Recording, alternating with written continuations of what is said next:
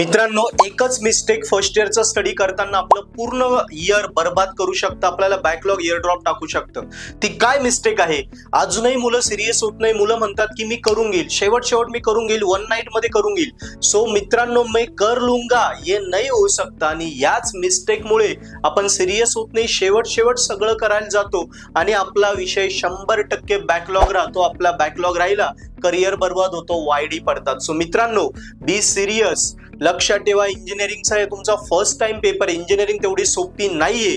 70-40 वरून 60-40 जरी पेपर झाला 70-30 वरून, तरी असं नाहीये की सिलेबस चेंज झाला. युनिट 5 आहे, 2.5 तासात लिहायचे.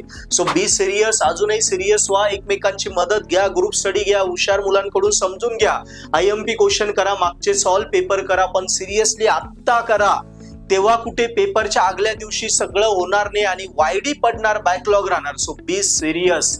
आत्तापासून अभ्यासाला लागा. 8-8, 10-10 तास, 12-12 तास बसा, पण करा, जेणेकरून आगल्या दिवशी टेन्शन येणार नाही. Yes. So best of luck. He mistake टाळा. आजपासून अभ्यास करा, विषय क्लिअर करा, कारण एक बॅकलॉग आपलं करिअर बर्बाद करू शकतो, हे लक्षात ठेवा. So best of luck.